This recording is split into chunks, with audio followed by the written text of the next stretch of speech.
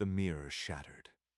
Before the sound could echo, the world was dead silent and frozen. From the splinters, something ancient poured into the fallen boy. His chest rose once, then stilled. Where is the seal? Why can I breathe? This hand. It doesn't feel like mine. It's too small. He lifted his arm. The sleeve was gray, cheap academy cloth. Not the silks he remembered. A shard of the mirror floated near his face, capturing a stranger's gold eyes and messy black hair. Who is this? This isn't my face. The eyes are gold, but everything else is wrong. He raised his gloved hand. A faint clockwork circle pulsed behind him. Time was his leash. I still have it, but this body is weak. He failed every exam.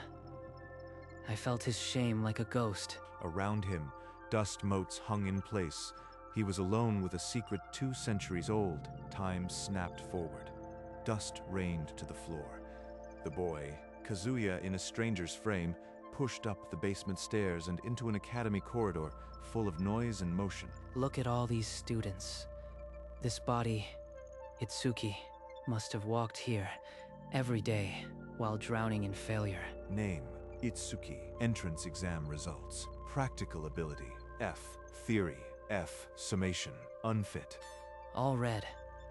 Nothing but failure. This body already gave up once. That's how it ended in the basement. They mock the time-stop bloodline like it's a children's story.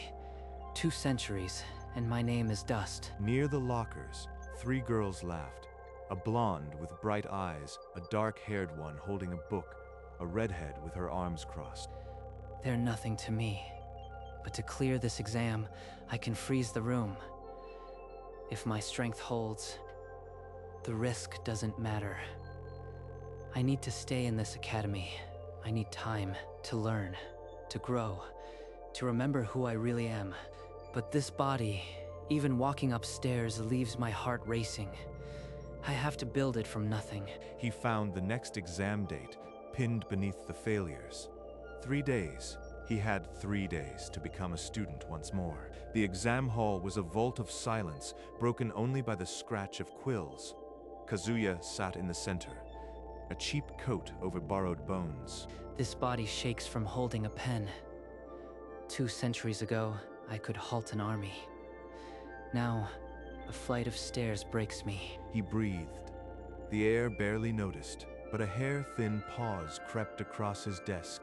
Dust motes slowed. In that stolen half-second, I see the answer as clearly as if it were written in fire. Ancient calculations surface again. He wrote without hesitation. Every answer perfect, poured from a mind that had studied under masters of a lost age. When the invigilator collected the papers, he paused at Itsuki's desk. The name made him frown. Then his expression cracked open. By sundown, the results board told a new story. Itsuki, pinned at the top in gold ink. The academy had never seen such a reversal. Top. They're whispering my name. His name. This is what he wanted, and never lived to see. 3 girls pushed through the crowd. The blonde pointed. The dark-haired one clutched her book tighter. The redhead's eyes narrowed with keen interest. They're looking at me. Not just the girls, the teachers, the older students. A failed nobody doesn't just become top recruit. I've given them a question I can't afford them to ask. The next morning, Kazuya slid into a desk by the window. Light fell across his borrowed hands like an accusation. Itsuki must have sat here too, before the bottom fell out. I'll fill this seat differently. The 3 girls from the hall swept in. Arya waved. Yuki smiled behind her book. Rei hung back with folded arms. So, you really are the miracle student. Sit with us at lunch. We have questions. I eat alone. Even top students need friends. I saw you looking at the Legend Archive yesterday. The time-stop myth. They've been watching me. The archive. I only glanced at it. Why would they notice that? You flinch when things drop. Just now, A book fell, and you looked like you'd caught a blade. Sharp eyes. This one is dangerous. I have to be careful, or she'll pick my past apart like a loose thread. He deflected with a shrug, but the girls stayed close through the lesson. Every time he glanced up, Ray was watching. The classroom wall blew inward. Fire and stone tore through the corridor. The mercenaries had arrived. No uniforms, no banners, only steel and killing intent. They're going to slaughter everyone. A second blast collapsed the archway above them. The three girls were thrown, floor crumbling beneath their feet. We're going to fall. If I don't stop this right now, they'll die. And the world will know. He raised his gloved hand, and the world obeyed. Fire froze mid-roar. Debris hung like painted glass. The girls are suspended in the air. Their screams silenced. They saw my hand move before everything stopped. Araya's hair floated upward. Yuki's tear hung on her cheek. Ray's arm reached toward him, frozen. They know. They saw me do the impossible. I can't take this back, and I can't let them speak of it. He stood in the dead silence of his own making, the weight of 2 centuries pressing against a secret that had just shattered. In the frozen silence, Kazuya crossed the ruined hall. He lifted Yuki's limp body first, then guided the others to a corner beyond the flames. I can't keep this frozen forever. When I release, the mercenaries will still be here. They'll kill everyone, unless I act. He set them down and closed his fist. Time crashed back in. The girls gasped, suddenly in a different place, the roar of battle returning. The fire. It was on top of us. And then everything stopped. You did that, didn't you? No normal hunter can stop time. Who are you really, and why conceal it? It doesn't matter who I am. If you want to live, forget what you saw. Return to class. Now. We can't just walk away while you fight alone. You saved us. We're not children. Let us help. We're in this now. Whatever your secret is, we'll keep it. But you can't order us to hide. I don't trust you yet, but I trust that you won't let innocents die, so you'll need our eyes and fists. Kazuya looked at the 3 of them, standing in the wreckage, not afraid of him, but for him. He exhaled slowly. Cover the halls. Don't engage unless they corner you. He raised his hand again, and the world froze. Mercenaries mid-charge turned to stone, their blades inches from the innocent. I can't kill them outright, but I can disarm every single one before they know what hit them. When time resumed, 4 mercenaries were weaponless and bound. One was left awake for answers. Why attack an academy? Who sent you? The mercenary, terrified after seeing time stop, broke. The name, Lord Vane. The target, a mirror hidden in the academy basement. The seal's mirror. They're hunting me without even knowing I am already out. And if Vane has the shards... He bolted for the basement stairs, the girls chasing after. The old stone steps had never felt so long. In the basement, he found only the clean circle where the mirror once stood. No shards, nothing. They already took it. If another piece survives, and they learn the seal broke, we're all in more danger than I thought. By dawn, they were in the Academy's Gothic library. Kazuya pulled every tome on noble lineages, the girls flanking him like a pact-bound guard. Vane. The name curdles my blood. If they are my apprentice's blood, then this hunt is more than duty. It's inheritance. Here, an old pedigree scroll. The Vane line, branching from 7 founding houses. 7 original apprentices, all named. House Vane, sworn since the sealing era. Task, safeguard the Forbidden Mirror. Lineage, direct descent from the Clockwork Pact. 200 years. These families bred their heirs to hunt my prison. They made my suffering a noble charge. They sealed me, and then built an empire on guarding my grave. I should burn that mansion to the ground. And if you burn it, you burn every answer inside. You'll never know why they really sealed you. Please. The rage is real, but you are not alone now. You have us. We'll find the truth together. She's right. If I let fury blind me, I become the monster they feared. I need answers first, then I decide. He opened his eyes, gold and steady. The storm had passed. He would meet Lord Vane, not as a wraith of revenge, but as a seeker of buried truth. The same afternoon, a black carriage rolled through the academy gates. The silver-haired noble inside had come for explanations. Lord Vane stepped out, and the courtyard fell silent. He walked like a man who owned every shadow. His face is unfamiliar, but the blood is unmistakable. The 7th apprentice's line. The academy headmaster gathered the students in the great office. Vane's cold eyes swept over them all. The mirror in the basement. It's been broken. I want to know who touched it, and how. He knows more than the mercenary. If I slip now, he'll piece together the whole truth. I saw the broken mirror after the attack. I don't know how it shattered. The mercenaries must have done it. That is unfortunate. I will be watching this academy closely. If anyone knows more, I suggest they speak now.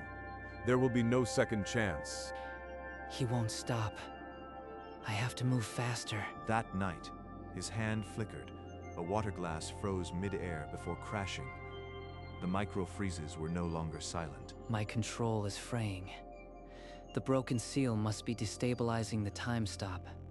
I can't let this happen in public. He returned to the library, searching for the seal's true purpose.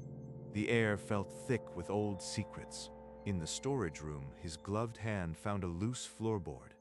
Beneath it, a nameless leather journal, pages brittle and black-edged. The first entry. They call it the Hollowing Curse, a god-tier blight that drains bloodline bearers. Only a time-sealed mirror can pause it. A curse. The seal wasn't a prison. It was a hospital bed. They locked me away to save me. If the mirror broke, the curse resumes.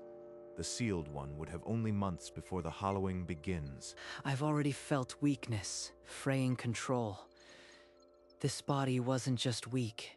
It was dying again. He turned a page. Lysander argued to save him. Some apprentices knew. The others were never told. Lysander, my favorite. Not all were traitors. I need proof. The Vane Vault must hold the truth. The girls found him in the storage room, crouched over a crumbling journal. His face wet with a weight they'd never seen. What happened to you? You look like you've seen a ghost. I found this journal. The seal wasn't meant to hurt me. It was meant to save me from a curse called the Hollowing. It says here, only the time seal can pause the blight. If broken, the sealed one has months. I am running out of time. Then we need proof. Vane's family vault might have the original records, but breaking in is suicide. I can freeze time. We can walk in and out. But I can't do it alone. Not anymore. We'll help. But this is dangerous. If you are caught, they'll execute us all. Promise you'll be careful. I'll go with you as lookout. Someone has to watch your back if things go wrong. They bent their heads together, whispering the plan, a frozen path through guard posts and patrolling hounds. The moonlight outside felt colder than duty. By midnight, we breached the vault. If Lysander spoke the truth, I'll find it there. In a breath of frozen moonlight, they slipped past petrified guards and into the heart of the mansion, the Vane family vault. There. A chest, older than the family itself. My apprentice's sigil carved into the lid. Lysander's mark. The parchment inside was yellowed but sealed with blue wax. The writing, "To my master, if ever you wake, forgive us." The hollowing curse was death. We sealed you to pause it, not to punish. Only 3 of us knew. The others were never told. They lied to protect me. Lysander's hand wrote this. He bore the guilt alone for 2 centuries. I buried the truth here, hoping one day you would read it and know we loved you. Red runes flared on the walls, an alarm he'd triggered by opening the chest. Outside, boots pounded stone. Guards, the whole corridor is lighting up. If you are taking that letter, we need to move now. I'll freeze them. Stay close. he raised his hand, clockwork circle blazing, and the world turned silent and gray once more. They fled through frozen corridors, Ray's breath misting in the paused world, the letter pressed to his heart. By the time they shattered the academy wall's silence, dawn was a gray promise. Arya and Yuki rushed to them, relief breaking their tense faces. I have it. Forgive us. The hollowing curse was unraveling you. We sealed you to save your life. Only we three knew. We never told the others, hoping they'd understand one day. The hunt, it was all built on a misunderstanding? They carried this secret for 200 years. Your apprentices, they loved you enough to let you hate them. So, what now? The Vane family has been guarding a lie. How do you even face them? I could walk into that mansion and erase them all, but that's not justice. It's just more pain. I have to show Vane the truth. I am going to meet Lord Vane. Openly. No more hiding. I'll hand him this letter and ask for peace. The girls rose without a word, ready to follow him into the lion's den. He sent a sealed message under truce. Vane's reply came swift. Come alone. If he refuses to listen, I'll freeze this room and walk out. But I can't leave without trying. He froze the corridor and stepped through the study door. When time snapped back, Lord Vane was already on his feet. The Vault Boy. You move like a ghost. What game is this? I am here to return the truth. Your ancestors were not traitors. Read this. Lies. You shattered the mirror. You are the time-stop user I've been hunting since birth. Before the blade could touch skin, the world grayed. Vane's lunge became a statue, his roar silenced. He won't believe words alone. He has to see the handwriting of his own ancestor. Gently, he placed the letter into Vane's still hand, then stepped back and released his grip on time. The sword would resume, but the truth was now in his hand. Time resumed. The sword halted an inch from his throat, and Vane's eyes dropped to the parchment in his other hand. This penmanship, it matches the old family ledgers. But the words, no, it can't be true. He read on, his jaw tightening, then trembling. The legend he'd hunted all his life dissolved into ash. They sealed you to stop a curse. My ancestors, they weren't jailers. They were trying to save you. The sword clattered to the floor. Lord Vane dropped to his knees, a man broken by the weight of a lie that spans centuries. I don't want revenge. I only want the hunting to end. Forgive them.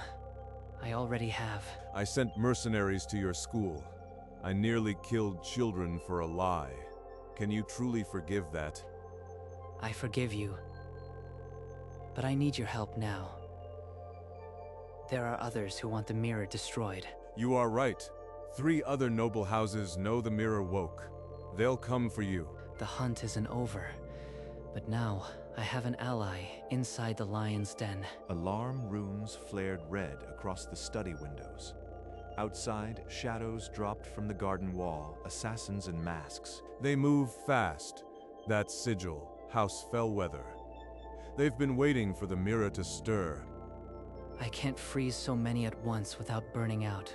But if I don't, we'll be overrun in seconds. He raised his hand, and the first 3 blades stopped in midair. But the strain cracked the clockwork circle, a hairline fracture. Vane's sword lit with family runes. He guarded Kazuya's flank, cutting down a shadow that had slipped through the freeze. Then the door burst inward, not more enemies, but 3 familiar silhouettes. Arya's flying kick, Ray's iron grip, Yuki's tear-streaked face. You didn't think we'd wait outside, did you? They came. Even knowing I might not be able to protect them, they came. He used the opening to freeze a path through the corridor, but his hand trembled. The clockwork circle shattered into sparks, and he fell to one knee, coughing blood. The room spun. The assassins were regrouping, but Vane's shield now covered him. I have you, the noble said. But the night was far from over. Behind the bookcase, a passage built for the old hunts. Move now. They descended into the musty dark, Vane's sword shedding faint light. The sounds of pursuit grew muffled, then distant. My clockwork is gone. The circle shattered. I can't freeze a single second. They emerged through a mossy grate at the edge of the estate, gray dawn breaking over the city roofs. Vane didn't stop until they reached the academy gates, scanning every shadow. The students were already awake, murmuring. I will declare the hunting order dissolved by nightfall. You have my word. Thank you. But the other houses, they'll come. Then I will fight them at your side. Rest now. By midday, rumors spread like oil on water. A newspaper headline, "Time Stop Myth Real." Students whispered the name, Itsuki. He was safe for now, wrapped in the academy's ancient walls, but the secret was out. The last Time Stop user had woken. By sundown, Lord Vane stood in the town square. A crowd gathered beneath the clock tower as he raised his hand. The hunting order is dissolved. The mirror was never a threat.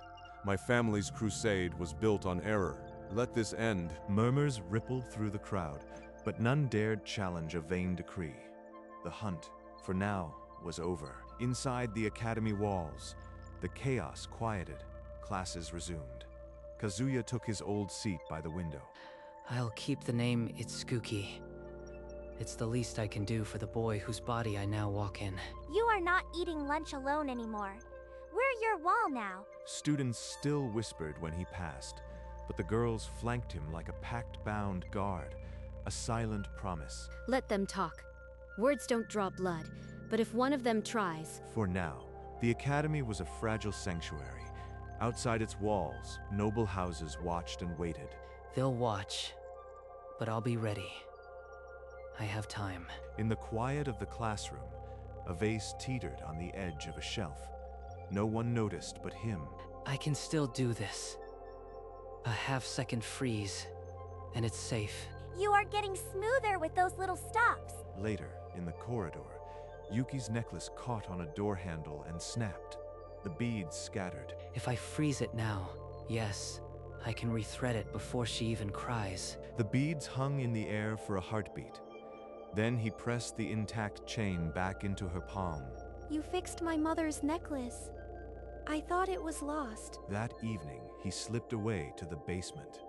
The empty circle on the floor was cold. Itsuki, I don't know if you can hear me, but I am trying to live the life you couldn't. He placed a white lily where the mirror once stood, then turned back toward the stairs, the curse still a distant echo in his blood. In the stillness of his dorm room, Kazuya unfolded Lysander's letter once more. The sunset bled orange through the window. The final line, written in a trembling hand. Live, Kazuya. That is the only revenge against the curse. Live. Not fight, not kill. Just live. Even in a borrowed body, under a curse that could wake any day. Lysander would have told me to eat lunch with my friends and laugh at Ray's jokes. So, I will. He folded the letter carefully along its creases. 2 centuries of grief paper thin between his fingers. He slipped the parchment into the chest pocket of his uniform, over the heart that now beat in another boy's name. Then he crossed to the window and looked out over the city, the skyline gilded with the last light. The clockwork circle, still cracked but mending, glowed softly behind him, a quiet halo. I am Kazuya.